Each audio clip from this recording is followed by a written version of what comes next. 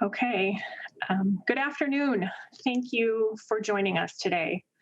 I'm happy to report that the number of people being diagnosed with COVID-19 has fallen in the last month, and the order we are releasing today takes another step in loosening gathering restrictions. In the fall, the number of people diagnosed with COVID-19 in Dane County peaked at a 7-day average of 490 individuals. That experience taught us a lot about our capacity as a public health and a healthcare community to prevent the spread of disease through isolation and quarantine and treat those who became sick. As more people got sick, we were unable to follow up with everyone to do contact tracing, and our hospital systems were stressed in both taking care of COVID-19 patients and tending to the day-to-day health needs of the community. This is not a place we want to return to. As we learn more about the virus and cautiously adjust our orders in recognition of improving conditions, and as we vaccinate more people, we will continue to monitor where we stand. As we saw in the fall, things can change quickly, and we may need to act swiftly if there is a dramatic increase in illness. This may be even more true as new virus variants spread across the world and the United States. Today, our 7-day case average is 107. While the number of people being diagnosed with COVID-19 is down, our actions and the activities we participate in still carry risk. As we have learned more about the virus in the last year, we have also learned that some activities and environments are riskier than others. Though this order is intended to reflect hope and progress, I also want to stress caution. While we are progressing through a phased reopening, I continue to ask you to consider limiting the activities you engage in on a daily or weekly basis. In Order 13, you will find updates related to face coverings, which are now required for gatherings of over 50 outside, and the language of best is updated to reflect CDC best practices. Gathering sizes are also differentiated for indoor and outdoor settings and for where food and drink are or are not served. Regarding sports, all sports are allowed as long as distancing is maintained, except when actively participating in the sport, masks are worn and gathering sizes are adhered to. There are a few other updates as well that are described in the order, in the press release, and outlined in our blog post. And you can always find supplemental guidance information on our website. The work that we have done here in Dane County has resulted in lower rates of infection and death than most of Wisconsin. I urge people who live in Dane County to continue to protect our progress by understanding the different levels of risk that activities carry. We know it is safer to limit contact with people you don't live with. Wear a mask when you are with people you don't live with. Maintain 6 feet of different distance when you are with people you don't live with. And spend time outdoors, though it's very hard this week. It is better to be outside where the virus can more easily disperse in the open air. We must all work together as a community so we are able to continue taking steps forward. Thank you and stay well. I'll now turn it over to Mayor Rhodes Conway. Thank you, Janelle. I want to emphasize that these, from the very beginning, our orders have been based in data and in science, and that continues today with this new order as we allow more activities to take place. You will see in the new orders that we have a distinction between gatherings that have food and drink and those without. The new orders also require masks in some outdoor settings. We know that keeping our masks on when we are gathering with others is safer, and this order continues to recognize that. And that's why we have the distinction between gatherings that have food and drink, where you'll have to remove your mask, and those that don't, where you can keep your mask on. The order also recognizes what we know about the relative risk of transmission. Smaller gatherings are safer than larger gatherings. Being outside is less risky with respect to the virus than being inside because of that increased airflow. Now, each of us has a different comfort level with risk. But no matter how much risk you are willing to take personally, we need you to continue to help to reduce our collective risk.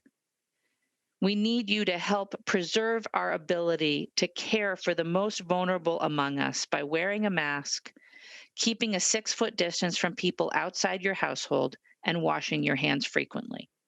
Together, we can reduce the transmission of COVID-19, including the new variants.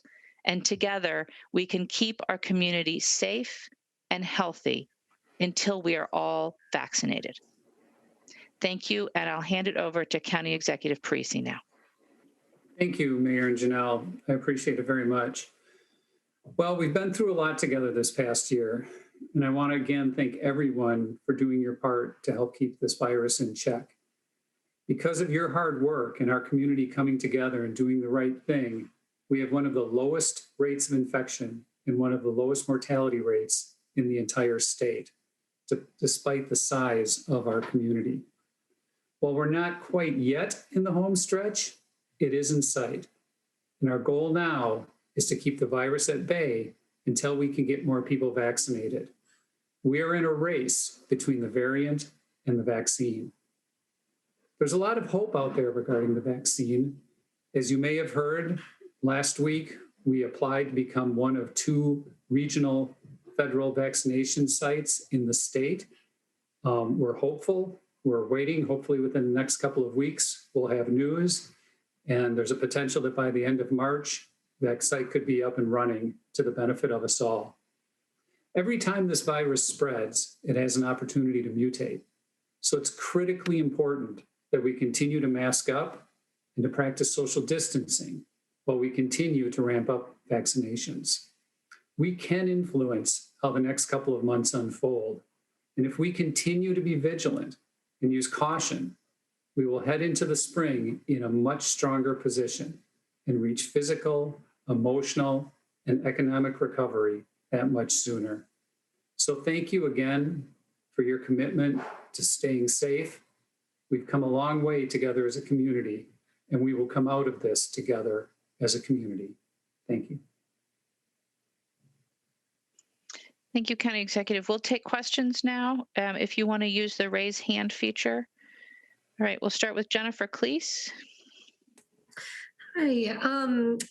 I was wondering, County Executive, if you could talk a little bit more about what you just mentioned with the application to become a vaccination site. What exactly would this mean for our community? How many vaccines could be done there if this were to happen? And is there enough supply for this? Yeah, so as we've seen, supply, has been the main challenge certainly for our region, and we're seeing across the state for a long time now. We currently have the infrastructure to deliver more vaccine than is available to us, and that's really a testament to our public health department, to our partners in healthcare, and to all the good work that we've done on the ground. So we're ready right now to distribute and to give more vaccine, should and when we get it. Regarding the federal site, Dane County Emergency Operations Center Emergency Management applied to the federal government to become one of those 2 regional sites. And we hope to hear within a couple of weeks if that will be so. And we're told that if we become one of those sites, we could be receiving up to 6,000 vaccines a day that could be going out. Now, the federal government would come in and run that program. We would certainly support them and partner with them in any way that we can. And, public health and others will continue their vaccination efforts. But it would increase, our ability to vaccinate people by an incredible amount, not just here in Dane County, but in the region. And we all benefit from that. So we're cautiously optimistic and waiting to hear back from the federal government. Any other questions? Please use the raise hand feature in Zoom, which is at the bottom of your screen. Jennifer, do you have a follow-up? Yeah, I do. So would that 6,000 be separate from the statewide allocation, or would that have to come from the state allocation? I don't know if I don't know if Janelle knows the specifics on how that would be delivered better than I do. I don't know the mechanics of that piece of it. If not, we could follow up with you. Sure, I'm happy to answer. As we understand, that would be a separate allocation to this federal vaccination site than what the state receives right now that's being disseminated throughout Wisconsin. So it would be a wonderful addition of supply for our state and our region. Any other questions? Going once, going twice? I mean, I guess if no one else For the third time. asking questions, I will throw some more out there. You know, we're seeing numbers that Dane County is doing pretty well with vaccines. Is this possibly because we're getting more supply of the Moderna vaccine, or is this just, I guess, what do you attribute that to? So would you like me to jump in? No, Janelle, go ahead. Yeah. I don't know if we can say anything definitively. I can tell you that from the public health department's perspective, we are working and in constant communication with all the vaccinators that have been approved to administer vaccine in Dane County, and there are many. None of us are receiving as much as we have the capacity to administer on a daily or weekly basis, but we all are committed to getting those out as quickly as possible. And I think that is part of what you're seeing is this collective push to get those shots in arms, no pun intended, with the push and the coordination that we have going on here. Yeah, I think it's really a testament to Janelle and her team, again, as well as our healthcare partners across the county, that they have put together and coordinated an infrastructure that is capable of delivering many more vaccines than are actually available to us right now. So, we're really proud of the job that Janelle and her team have done and the partners who have come together across the community. So as much vaccine as we can get, they can get it in people's arms. All right, we have a question from Jorge Rodas from Spectrum. Buenos dias. I guess we're going to start this, right? Just a quick question. This has been a long year for all of us, but to be at a point where we can talk about easing restrictions, albeit cautiously, how does it feel like to finally be at a point where we can look ahead to days like these? Well, I can jump in and then please others if you want to add. I think that I'm hopeful, and it certainly has been a long and difficult year, and we are just past the 1 year anniversary of our first case here in Dane County. And I think it's important to take a moment to sort of pause and reflect and recognize how hard it has been to live through this pandemic. But I am hopeful that we are continuing to follow the data and continuing to ease off the restrictions as appropriate. And I'm most hopeful about the vaccine. And really, again, hopeful that the supply will increase. Hopeful that we'll be chosen as a federal site and get even more supply, and that we can work through the priority tiers of who can be vaccinated to the point where we can actually get everybody vaccinated and really up our collective immunity to COVID. This virus is going to be with us forever. It's not going away. The question is, how do we defend ourselves against it? And the answer really there is the vaccine. So I feel very hopeful, and I'm really glad that we've collectively worked together and collaborated enough to get ourselves to this point. County Executive, do you want to add anything, or Janelle? Sure. I mean, yeah, there is definitely cause for hope.